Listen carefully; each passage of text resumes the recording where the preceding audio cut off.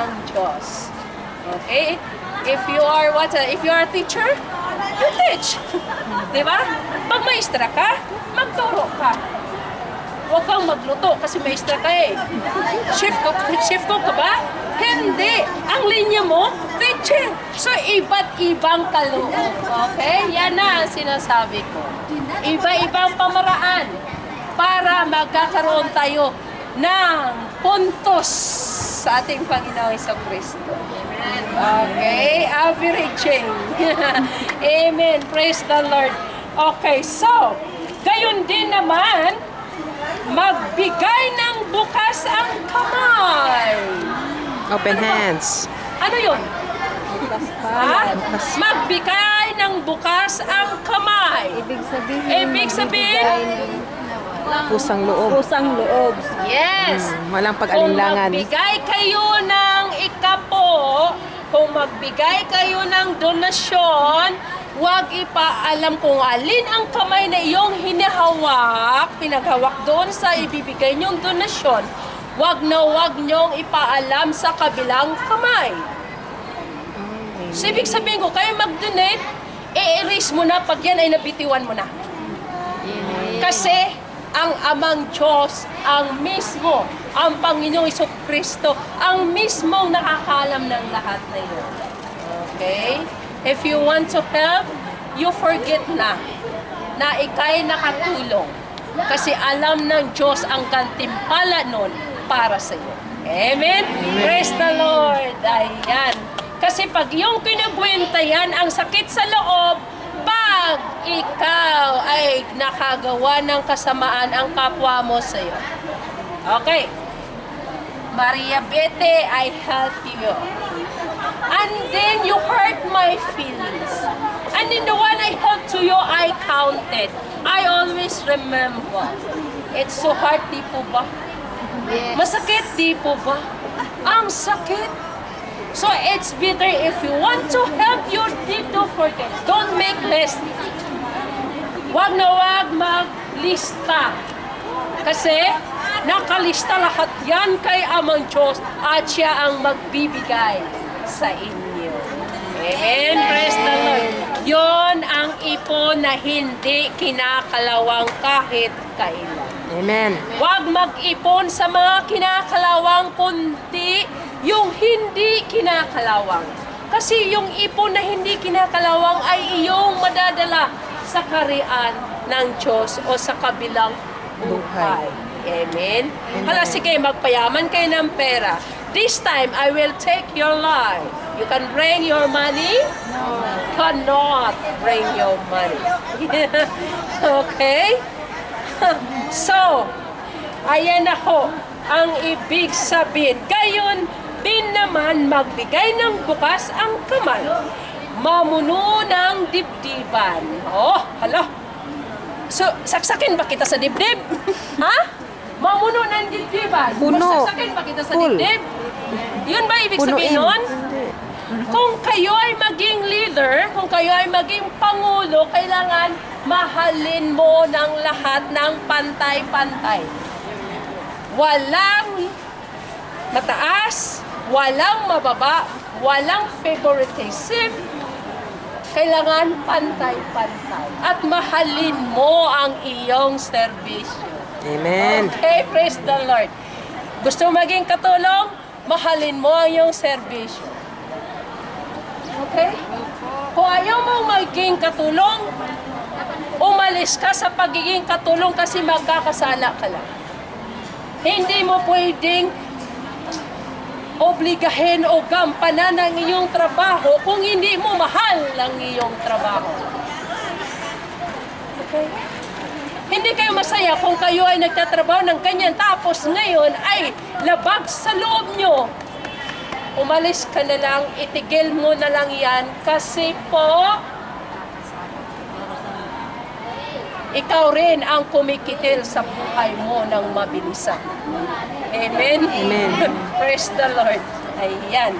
So, buhay Kristiyano, pag-ibig. Ayan. Maging tunay ang pagmamahal. Kasuklaman ninyo ang masama at gumapit sa mabuti. That is another processing. kung paano paano itiwala ang iyong or maipagsapalaran ng inyong buhay. Okay? So, maging masipag kayo sa inyong pagmamahal, kapatid. Huwag naman yung magmahal ka, pati yung katawan laman, ibibigay mo. Hindi po yung ibig sabihin doon. Okay? Na kahit lalaki, okay, dahil sabi ng Diyos, mahalin ko ang kapwa ko. O lahat ng lalaki, mahalin mo. Pati ba naman yung katawan, may ibibigay? Hindi po yun ibig sabihin doon. Okay? Hindi po ibig sabihin doon. Magunahan ng isa't isa sa pagbibigay galang.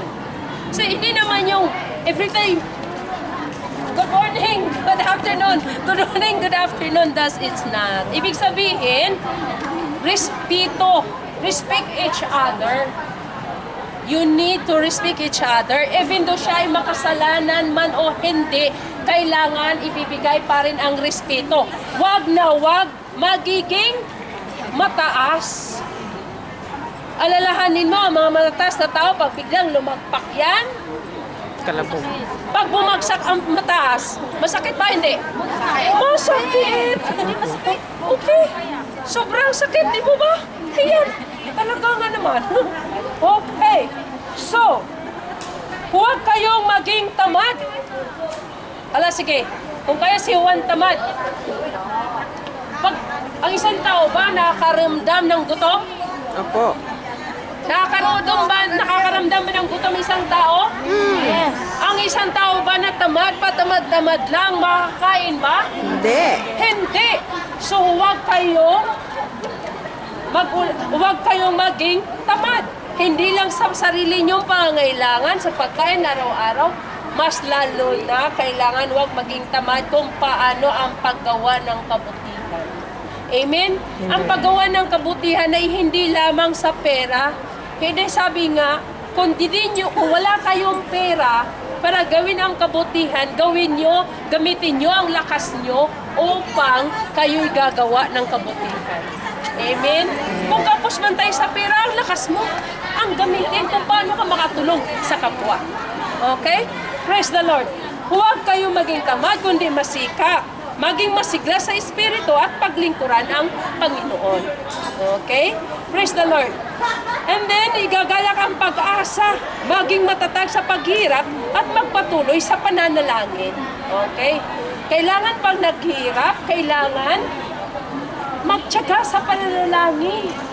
Kasi pag nakita nyo na ang tamang tono, di ba pag kumanta kayo? Pag kumakanta tayo, pag tama ang nota, ang gandang pakinggan. Ngayon, pag nakuha mo na ang tamang nota, sos, ang dami mong fans. Kasi ang ganda ng boses mo, maganda pa ang pag-ano mo ng nota niya. So, ganun din yun ang prayer. Pag pray tayo ng pray, there is a time na makuha lahat. Pag once na oras na talaga, alam niyo po ba, pag once na oras na talaga, it's the time na talagang magdasal ka, hindi mo pa nga natapos ang dasal mo, nandiyan na kaagad yung blessing na para sa iyo. Amen? Praise the Lord. Talaga po nga naman. Nasabihin ko nga sa iyo.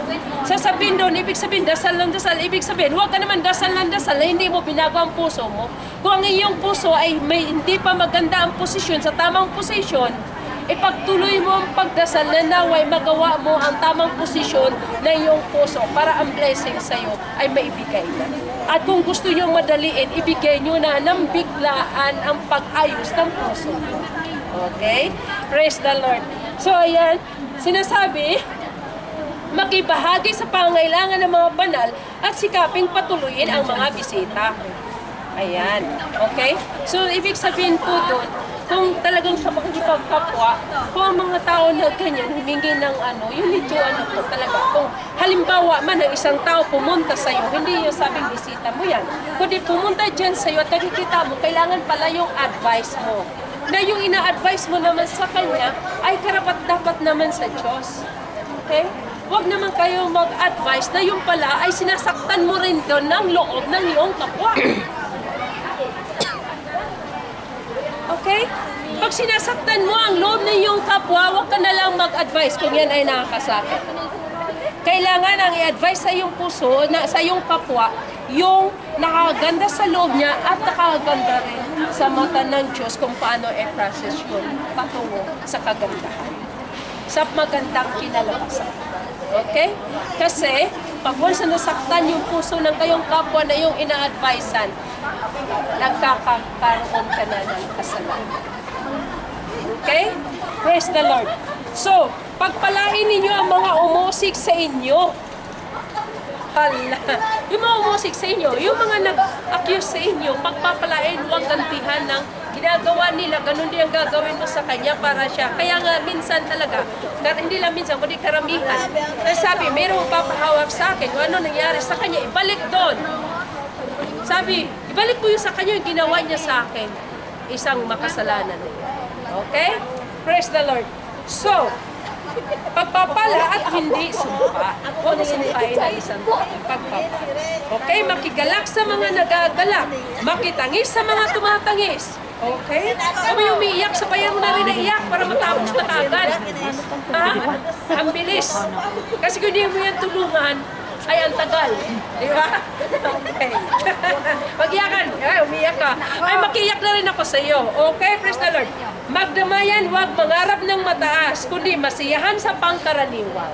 Okay? Huwag mangarap sa mataas kasi kung mangarap tayo sa mataas, pag tayo ay unfulfilled ba, yung hindi natin makakamtam, ang sakit sa puso. Okay? So, kundi masiyahan sa pangkaraniwan, huwag magmarunong sa inyong sarili. Huwag ninyong gantihan ang sinuman ng masama para sa masama. Ang maganda sa paningin ng lahat ang isipin ninyo. Hey, hanggat maaari, sikapin ninyo maging mapayapa sa lahat ng tao.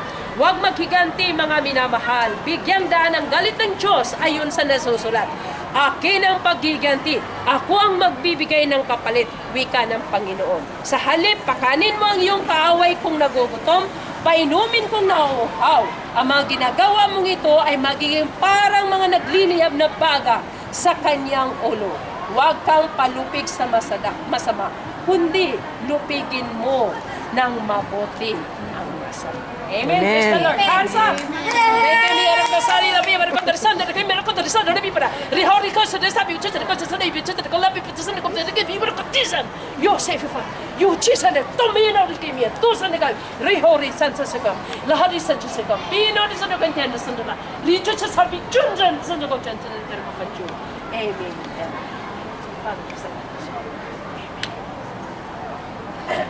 Maraming salamat. Thank you, Lord. Salamat Praise po! God. Yeah! Uwi na ako! Baba! God bless po sa lahat. Thank you, Lord.